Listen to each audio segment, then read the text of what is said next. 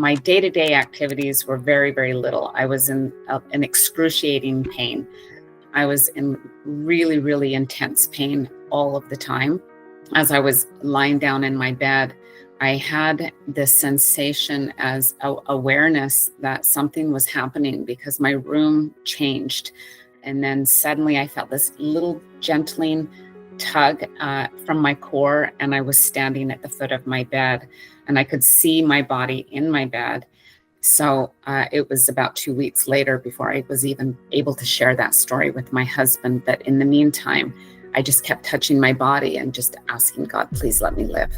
Please let me live. I had a near-death experience in 2012. The beginning of that actually started in 2004 when my husband, who was an amazing medical doctor who did alternative medicine, he, in his journey to help others in their healing journey, the federal government came after him. He was set up for medical billing fraud, a crime that he didn't commit. But in 2004, I had a 1-year-old in my arms, and I was 11 weeks pregnant with our youngest when 6 U.S. Marshals came in our office and handcuffed and shackled my husband in front of me. That journey was very, very long. He was in prison for 5 months for a crime he didn't commit. The stress of that, I was in this chronic stress state for many, many years. I became so sympathetic nervous system dominant that I had chronic anxiety attacks. My stomach was just in constant knots, and the wear and tear on that broke my body down significantly. My day-to-day activities were very, very little. I was in an excruciating pain. The way that I would describe that is when we use a rating scale of 1 to 10, mine was a 27. I was in really, really intense pain all of the time. My nervous system would start shaking roughly around 10 a.m. and would last into the night. And then finally, if I would get a little bit of reprieve, I would be able to sleep. But my nerves were very raw, constant nausea. I became violently reactive to over 500 foods. I ultimately asked my husband to take me to the emergency room because I genuinely thought I was going to die. The day before my near-death experience, we went to the emergency room. They ran a bunch of blood work and a lot of tests. I could tell that there was only one nurse that was there that was actually compassionate. The others were very intolerant. I wondered if they thought I was, seeking drugs or anything, which they didn't even give me anything for pain. They ultimately said there was nothing wrong with me and sent me home with the diagnosis of gastritis. I was very, very disappointed because I knew that wasn't the case. The following evening, as I was lying down in my bed, I had this sensation as awareness that something was happening because my room changed. There was a soft glow in my room. It got brighter and brighter. And then suddenly I felt this little gentling tug from my core, and I was standing at the foot of my bed, and I could see my body in my bed. I immediately had an enormous amount of compassion seeing that body that looked so frail. I could see that my face was very contorted just due to the pain. My hair was a mess just because I was just restless all the time. I felt like I was in a meat locker all of the time. So I had heating pad and flannel pajamas and 3 comforters, and I was still freezing. There was a number of things that were clearly signs that something wasn't right. As I stood there, I looked at the clock and saw that it said 6:52. And so that's how I know the time frame. At that time, I heard my husband's voice, him laughing down the hall. That his laughter pulled me into that room. There wasn't any traveling. I was just instantly in the room. I could see that he was watching television. He was watching the show The Simpsons, and our 7 and 9-year-old daughters were with him. I could feel so much love for them, and I could feel what they were thinking and what was going on in their world. And I was very aware that they had no consciousness that I was in the room. I observed them. I had a lot of love for them. I don't know what was the catalyst, but after a moment, we were all transported to this long pathway. My husband was sitting at the top of this pathway on a large boulder, and he had our 7-year-old in his arms. My other children were circled around him, and it was very, very confusing for me. Immediately, I could see that they were all in a lot of duress. I have 5 children, and so all of them were there. And I looked at my oldest daughter. She had tears streaming down her face, and she says, "It's okay, Mom, I'll be okay." I was like, okay with what? I don't even know what's happening. And then I turned to my next daughter, and she had this strength about her that was very common for her. And she said, "I will be okay too. It's okay." Then to my son, who just nodded, and he says, "It's okay, Mom, we'll be okay." And then to my 9-year-old, who was crying, and she says, "I love you, Mommy, but I'll be okay." And then finally to my youngest, who was in her father's arms. Her name is Sophie, and she just stared at me with so much fear and sadness, and then buried her face into my husband's chest. As I was witnessing this, I was being pulled away from my family. I knew that I wasn't walking, but there was a force that was beyond me that was pulling me away from them. As I was journeying further on that path, I could see my parents, who had divorced when I was 9 years old, but they always kept a good relationship. And so my parents were together, and all of my siblings.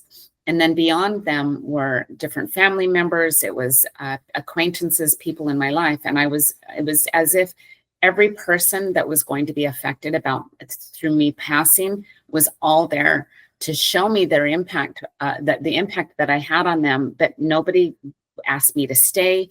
Nobody told me that I would be missed. Every one of them that communicated with me just said, "It's okay, I'll be okay." And so as I was moving forward on this journey, before me was this very large, dilapidated home, a building that looked like what we would associate a haunted mansion.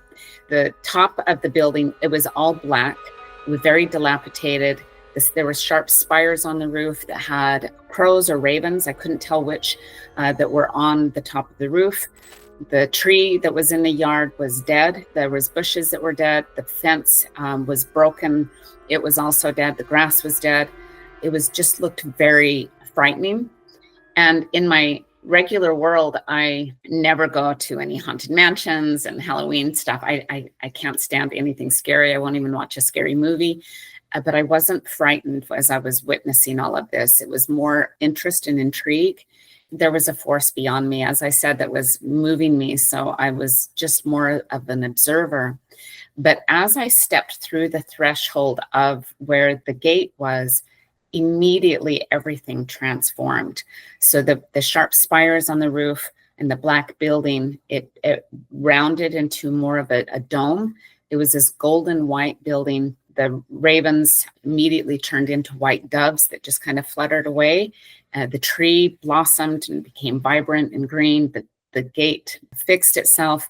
It was as though life and love was emanating from every blade of grass. I could hear the tone of love. I could feel the sensation of love.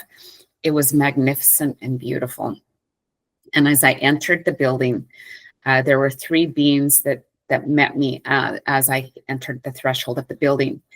And one of them was the spokesperson. And I couldn't differentiate one from the other. They just illuminated so much love. They were there to tell me I had died due to severe trauma in my body. The representation of that pathway was my soul's representation of my journey home. And I was shown all of the people who would be impacted by my passing as a way to show me that impact of my life on earth. As they were explaining all of this, I looked down. All of a sudden, my form, I looked as if I did moments earlier, but my form dropped off of my body. And all of a sudden I looked down and I could see that I looked like them. I just looked like this illuminated being. And it was such an unusual sensation to see my body on the ground without any form, without any structure, just like a crumpled up outfit that we had wore the day before on the floor. And I was very much aware that that was my form. They also told me that there are many layers to our embodiment. This one was very damaged. At that point, there were 3 more beings who entered the room. 2 of them picked up my discarded shell and were holding it very gently. And then one other was walking in, entered with this bowl of crystal water. It was a crystal bowl with crystal water, and the sponge was a soft crystal sponge. And they started bathing my body.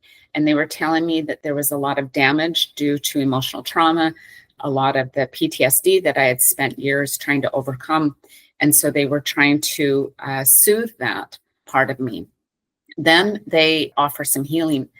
Then they moved me forward. And then there was, in this large area, there were 3 very large structures that were like statues, very ornate, very beautiful, gold and precious gems, many gems all over these beautiful statues. They were between 15 and 17 feet tall. The first one was the most illuminated. We approached that first one. Beyond those 3 was a darkened hallway. And they told me that if I went beyond that passageway, that I would not be returning to my body, that was not an opportunity for me to do at that time. But they showed me that those 3 statues, and they said I was being given 3 gifts, and the first one was the gift of sight. So when somebody passes over, other near-death experience stories, they often tell about a life review. I didn't receive a life review. I actually was shown how all of my family and loved ones was going to live their life without me if I chose to cross over. And immediately there were hundreds of videos playing simultaneously, and I was absorbing all of them. There was a lot of detail in all of them, although not all of that was retained by me. But the one that really stood out was my 7-year-old, that they told me that if I chose to cross over, that she would not live her life purpose, that I was an integral part of her life purpose. And I could see that it damaged her significantly. She actually would be mute from the trauma of losing me, that she would spend some time being mute, and it would take a long time for her to recalibrate, but she would not live her life purpose. That really saddened me. And so I turned to them and I said, I have to go back. Sophie needs me. Instantaneously, I was back in my bed, back in excruciating pain. And then the soft glow had disappeared. I knew that my husband was going to bring my children in relatively soon, before he put them to bed at night, to do prayers, that he would do prayers with us every night. They came into the side of the room. I was on the right side of the bed. And so my 7-year-old was the closest to my ear than my other daughter and my husband. And so he held hands, and as we did each night, and they just placed their hands on me. And my husband prayed for me to heal. He prayed for our children to have strength.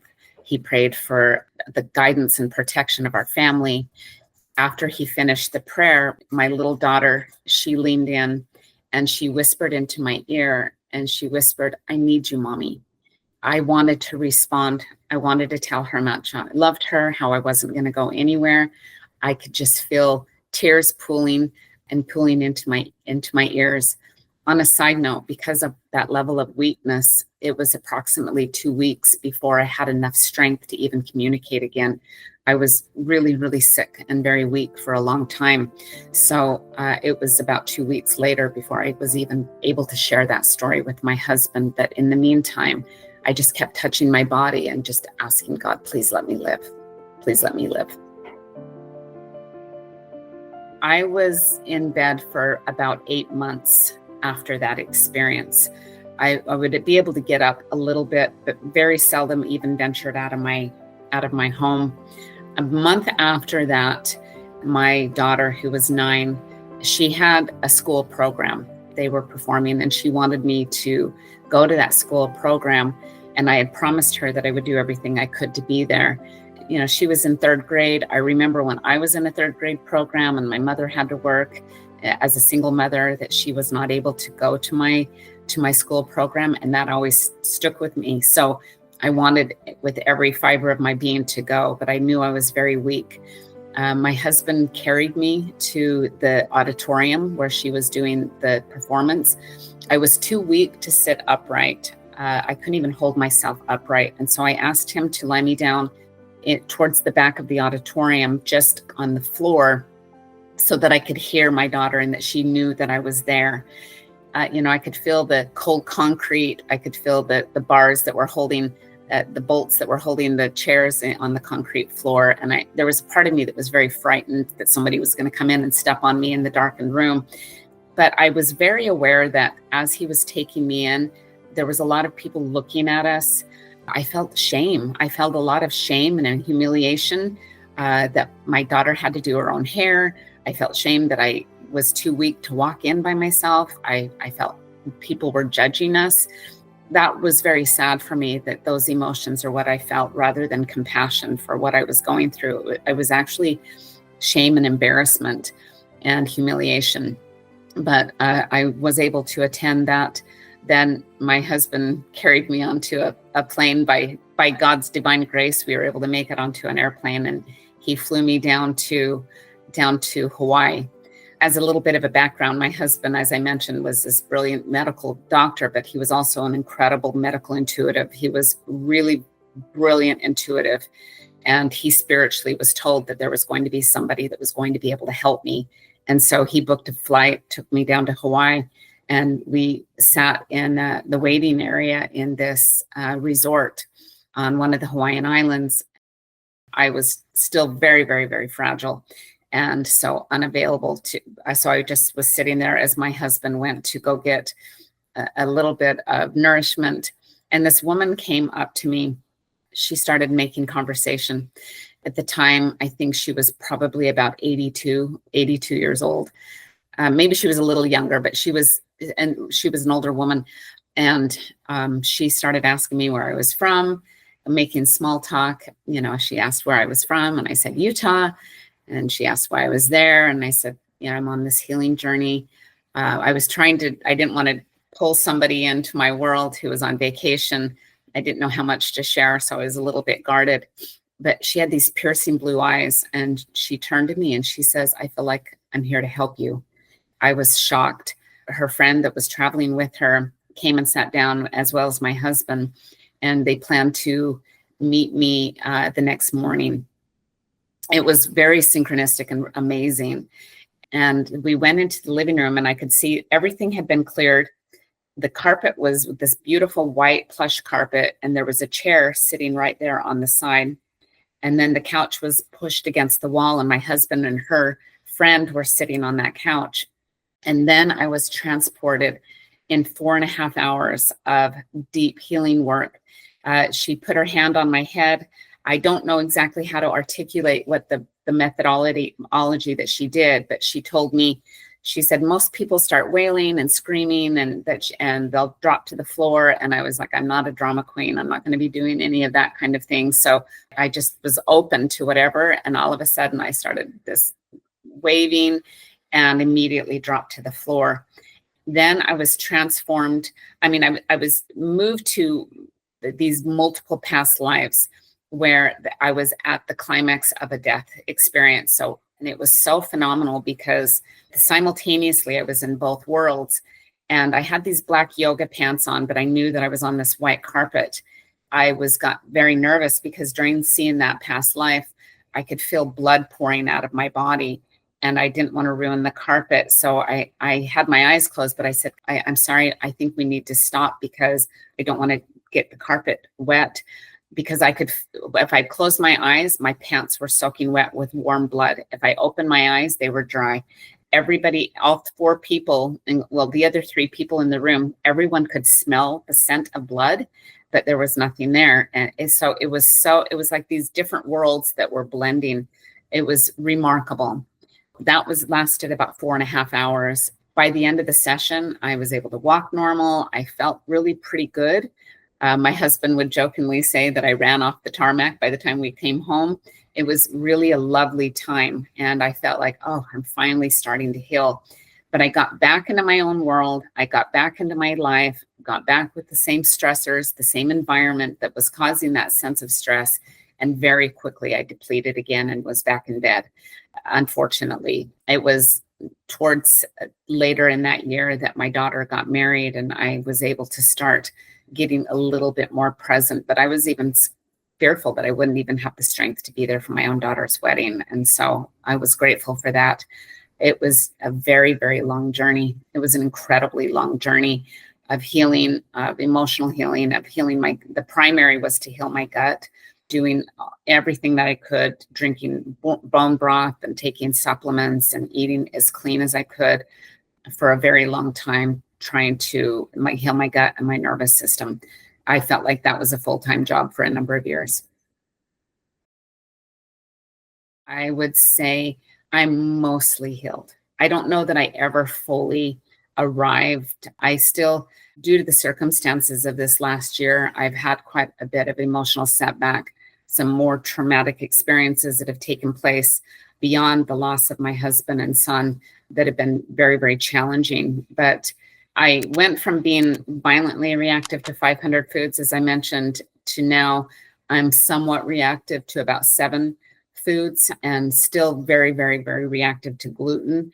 And so I have to still eat very clean, which I appreciate that. I normally do anyway.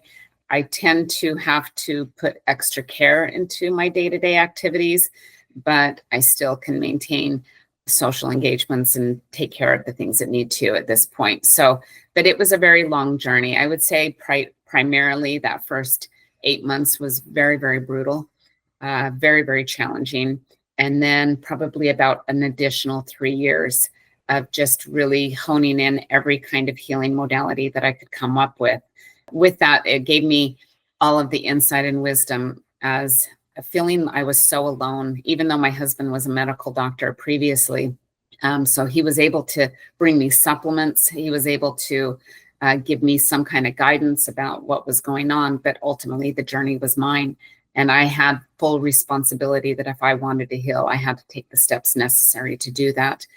When I wrote my book called The Secret of Healing and Recovery, when I wrote that book, I had in my mind that individual who had gone to many medical doctors, who was a young mother or somebody who was a caretaker, using all of their emotional and energetic resources to take care of others at the depletion of themselves. And so breaking down all of the elements of what causes the breakdown of the body and then ways to improve and heal and recover. Because at the end of the day, we each have our own journey and none of us are meant to do it alone. None of us should ever have to do it alone. I absolutely couldn't have done it alone. I had to make the decisions that were necessary for myself, that the decisions were mine. And then once we learn the ways that we need to implement, then the application is going to be the most important element. I started listening to various healers, everything from podcasts, meditation, mindfulness, and every modality that I could get my hands on. It's so weak in bed anyway. And there was this moment that I even reached out to a very good friend she studied with the Aboriginal people in Australia. I even reached out to her saying, hey, I've been really, really sick. Is there any wisdom that you can share with me that can help me in this healing? Every person that I knew how to reach out to, I did. She was telling me how the Western world has really lost the art of convalescence and the value of convalescence. And I associated that word as soon as she said it. And she said, being a young mother and taking care of our families can be very draining. And we tend to give up ourselves as we are taking care of the needs of our family, but enjoy the time and take the time necessary to heal. Remember that convalescence is really valuable. It holds a very sacred place.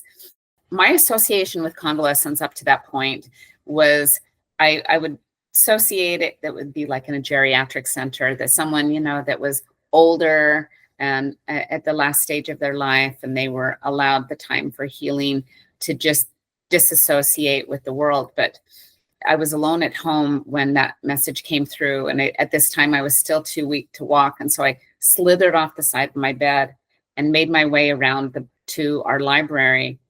And I pulled the weight of the dictionary off the shelf, and I started flipping through the pages and read about convalescence and taking the necessary time to heal. I just started sobbing. It just felt like this moment of breaking free. Like it's time for me to heal. Because I was still so weak, I fell asleep crying. I cried myself to sleep against this giant dictionary.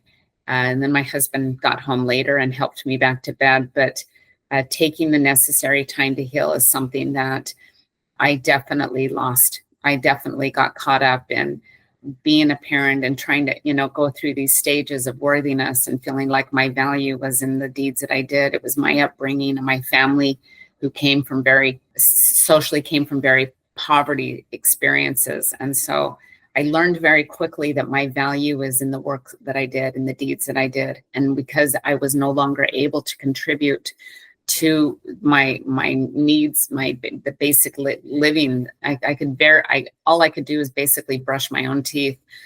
I had to really have some inner work done. I really had to sit with myself and find peace with who I was at this point, and then rewire and learn a different way of being.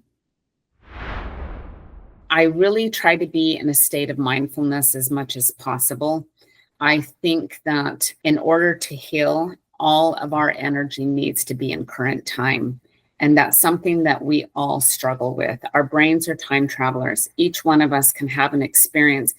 If somebody experiences a traumatic attack and they smell the scent of that cologne of somebody who attacked them, 50 years later, they could smell that scent and immediately go back into that. It becomes a visceral experience. Or we see a certain color, we have there could be a temperature. There's all of these different aspects that subconscious brain is locking in. And so we know that we're all time travel. Our brain does time travel, and we release the same chemicals as if it's happening in current time. And when there's things that are unresolved, we have a tendency to go back. Our brain wants to finish the process. When we think of our history, very seldom does our attention go to these pleasant memories. And if they do, it's momentary, but that is already imprinted in us. There is an unfinished business with a beautiful birthday party or a dinner out with a loved one or a girls' night with friends. So we don't necessarily have to go play those back, and we don't typically do so. It's the trauma, it's the painful, it's the unresolved, it's the rejection, it's the times where our world didn't feel safe that we tend to replay over and over and over. And what we're doing is we're giving our brain the signal that our conscious mind, we just say, hey, we got it from here. And we bypass that conscious mind and activate the amygdala, activate the fight or flight, and activate that trauma response and putting ourselves back there. So that's very draining on our energy. It's very challenging to heal when we're lost in that. We also recognize that when we are fearful of the unknown, we're fearful, am I going to die from this experience? Am I going to lose all my financial resources? Am I going to have to go through bankruptcy? Is there anybody who's going to help me? Am I ever going to have a normal life again? That's also very depleting and draining. So when we take stock of where we are, it's important that we do some self-reflection, of course. We want to reflect, we want to acknowledge, but not spend a lot of time in the stuff that was in the past. And we want to have awareness. And I think one of the most beautiful things, a little tip that I work with my clients often is along the lines of, how do you see yourself? How do you see this playing out? My husband used to say to people, he would ask the question, do you want to heal? On a conscious level, everybody's going to say yes. Of course, I want to heal. I want to be out of pain. I want to heal. But then when we give ourselves permission to, what's the inner dialogue? What's the story behind why we haven't healed? What's our version and our perception about ourselves? And how do we see this playing out?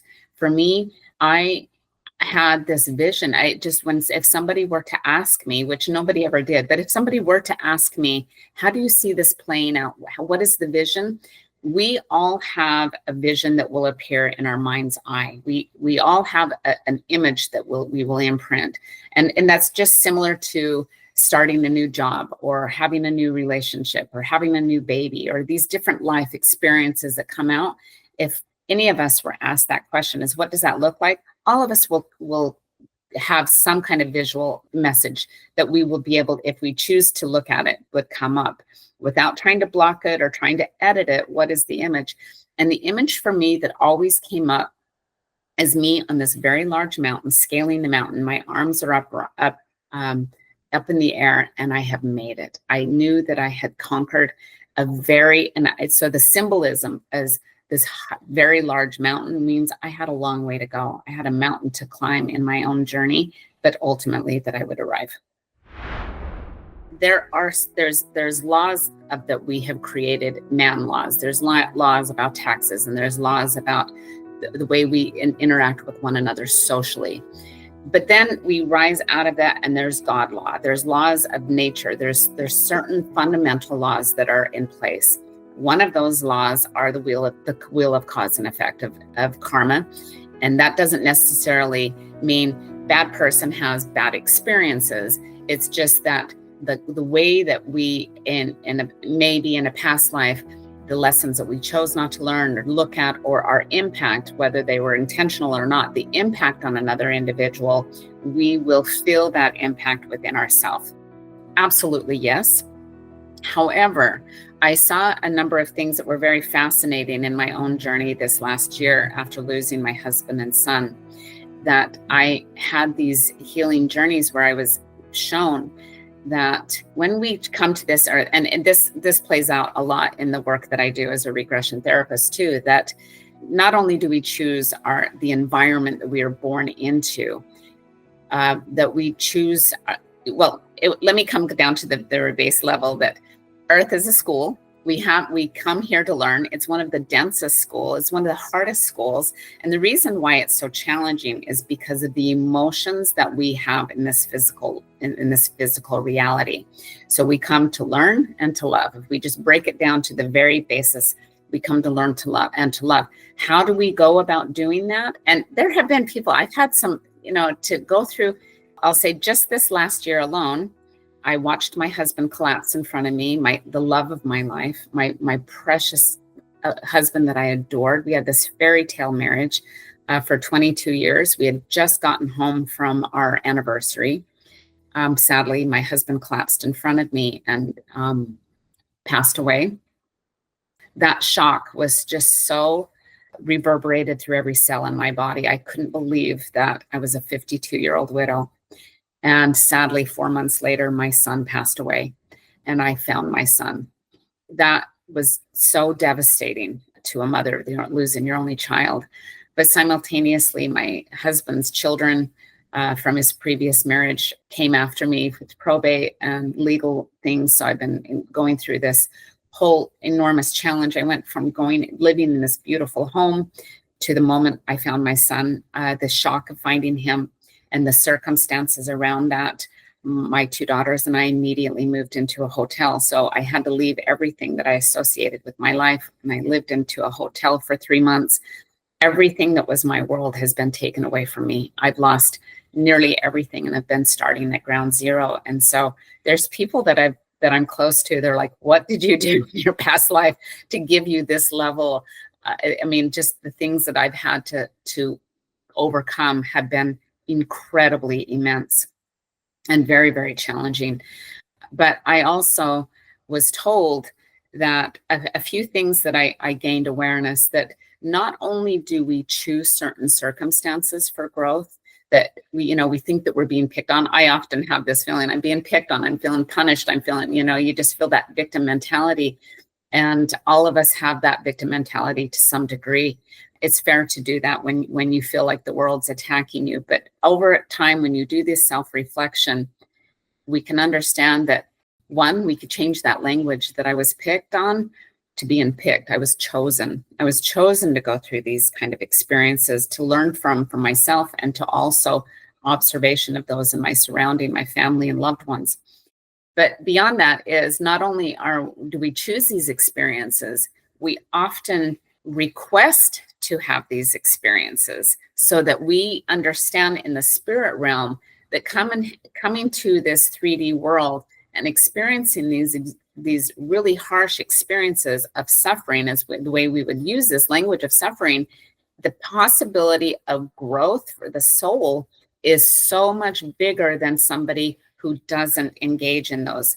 And so we often misinterpret suffering as somebody who's done something wrong or bad, but often those people come to transmute experiences. They come to experience an enormous growth potential and opportunity. And we have to acknowledge that to ensure those challenges happening, then there's a lot more work in the spirit realm to line out and ensure that those kind of details take place. God doesn't set us up for failure. God doesn't want us to fail. And so some people who are going through enormous challenges, who end up taking their own life, they go into addiction, they are cause harm to loved ones and family because of their dysregulated state. They feel victimized and tend to lash out on others. It actually sets that person back. So they may sign up for a challenging experience, and ultimately their own growth is actually hindered because of their response to their environment, their response to those attacks or those sensations of suffering. But if we look at this as an opportunity, and we see that our suffering was purposeful, that nothing exists in this world without purpose. And if we step out of the emotional engagement and we start asking, what am I here to learn? How am I here to learn from this experience? And then we navigate it with gentle compassion. We navigate it through prayer. We navigate it through our community, our loved ones who can give feedback to hold us up when we don't feel strong enough to hold ourselves up. And we start doing that deep inner work, whether we call it the dark night of the soul, whether we call it the breakdown to break through, all of that pertains to that inner world where the outer world no longer holds us captive. That means self-reflection, choosing to stay in present time, doing some journaling, being alone in nature. Being out in nature is very healing, and allowing yourself to cry, allowing yourself to release, and doing some body work to get the tension out of the body. And then again, keeping back. And I think the number one thing that we have to do is self-compassion, and recognize that who we are and the actions that we take and our behavior, we look at other people and the challenges that they engage, and coming from a space of judgment, if we had the same circumstances with the same environment and the same information and the same resources, we would have made the same decision. And so removing ourselves from a space of judgment and coming back to self, going, okay, I have some work to do. I can't be in the space of pain. I know that, of course, I want to cling to memories of my husband and son. Of course, I want to remember all of that, but it really hurts to do that. If I have the intrusive thoughts of how I found my son, watching my husband collapse, being in the hospital, and all of those things that took place, that hurts as well. I'm in this point. My husband has been gone for 10 months and my son has been gone for 6 months. Right now, I'm okay. I'm okay. I long for them. I miss them. But my primary attention has to be on me. It's hard to say that because you don't want to be selfish when somebody that you love has crossed over. But if we recognize that they are in their fullest capacity, they are in the space of love, they have way more understanding, and where they are is safe and where they are is love. That right now, my focus, of course, I connect. The very last thing I do at night is I pray and send love to my husband and son. And the very first thing I do in the morning is I do that as well. But the rest of the day, I have to live for me. And I have to do my own inner work. And that's a full-time job. Again, we all have that work that we have to say, take that look in the mirror and say, what am I here to do? What does God want from me? Not from a space of selfishness, not from a space of worthy, not from a space where we feel entitled to anything. It's from a space of self-love, self-reflection, and self-growth. So this is my book, The Secret to Healing and Recovery. I wrote this book after my near-death experience and the journey of healing. And so, as I mentioned before, that book is written as a workbook for the individual. Every technique that I have in there, I go into everything from nutrition and everything about brain waves and how the physiology of our body works. And then I touch on tapping, I touch on meditation, I touch on prayer, I touch on essential oils and all of these different modalities. This I look at as a personal guidebook to getting to the other side of a challenge. And so healing and recovery applies not only for somebody who is in a state of illness, but also for somebody who's in addiction, somebody who has worthiness issues, somebody who hasn't arrived to the place in their life that they feel like they want to. And then the final chapter is the one I've had an enormous amount of feedback for, is a caregiver's guide for somebody who's a caregiver for a loved one who is battling either a terminal or a long-term illness, and the emotions that take place in that. So I have a checklist of the do's and don'ts. When somebody has a challenge that they're dealing with, it's very common for people. When I was sick in bed, many people avoided me. People don't know what to do. And, when my husband and son passed away, it's amazing who comes out of the woodwork. It's amazing who doesn't. We'll all be shocked. Anytime somebody experiences a loss, you're shocked that somebody on social media that you never physically met is all of a sudden reaching out and sending prayers and love and kindness and compassion. And then somebody who is a family member, like my husband's family, not one of them has ever reached out to us. And that has really, I have to be at peace with that. But that actually was very sad for me. It was very surprising that nobody thought to check on me and my girls after that kind of loss. And so I think anybody who's experienced some kind of loss will understand that there will be people that show up and then people that don't. But ultimately, this caregiver's guide is supportive about how to engage with somebody who's on that healing journey, and things to not do, such as, well, at least this or at least that, or, minimizing somebody's experience, as an example. But yeah, so it's something that I wish I would have had in my healing journey. I wish I would have had all of the tools and techniques. I would have had the nutrition, the understanding of our brain, understanding of our body, and deeper understanding. And I could have used that as a tool book for myself. I'm a certified EFT practitioner. I do EFT, which for someone who isn't familiar with that, it's the tapping using the meridians that through Chinese medicine, we're very much aware of these meridians in our body, and these meridians with the endpoints, and tapping on these endpoints calms the amygdala, calms that center that puts us in that fight or flight. And so that's one of the modalities. And then the other, of course, is as past life regressions. Those are the three modalities that I personally work with clients. And then from a life coaching standpoint, life coaching kind of takes it. People think of life coaching as, like, I want to build a new business. I want to go out and seize the world. I want to do all of these wonderful things. That's great. And everybody should be able to do what they are capable of. But so many people project if they want to change their environment by focusing on all of these wonderful things they want to create, but they forgot to work on that inner child. They forgot to work on the part of them that feels wounded and not worthy, or they forgot to work on the part of themselves that has these stories that haven't been revealed, and where we try to hide a part of ourselves that we feel shame, or we hide a part of ourselves that feels fearful to look at.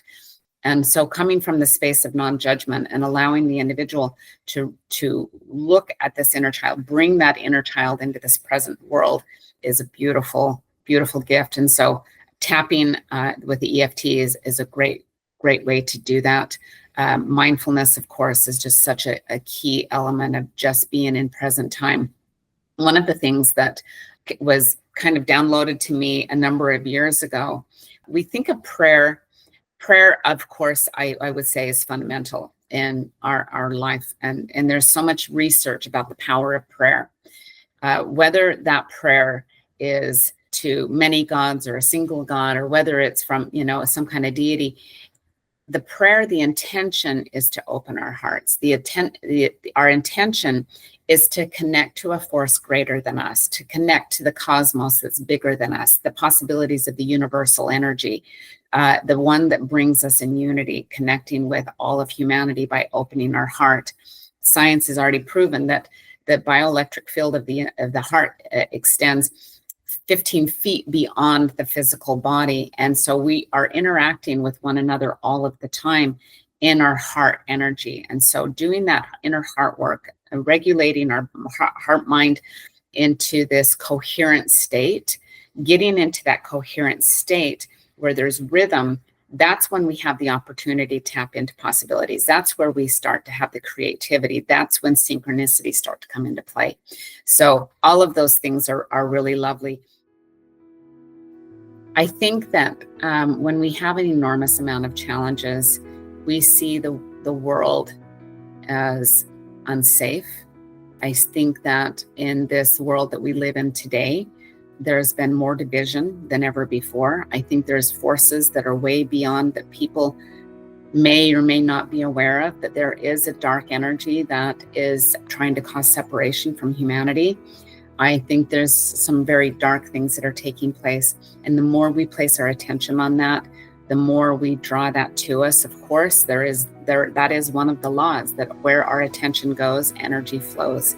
And so have a knowledge and an awareness, but ultimately it is our responsibility to know that the divine is so much greater, so much more beautiful, so much more possible than we ever imagined.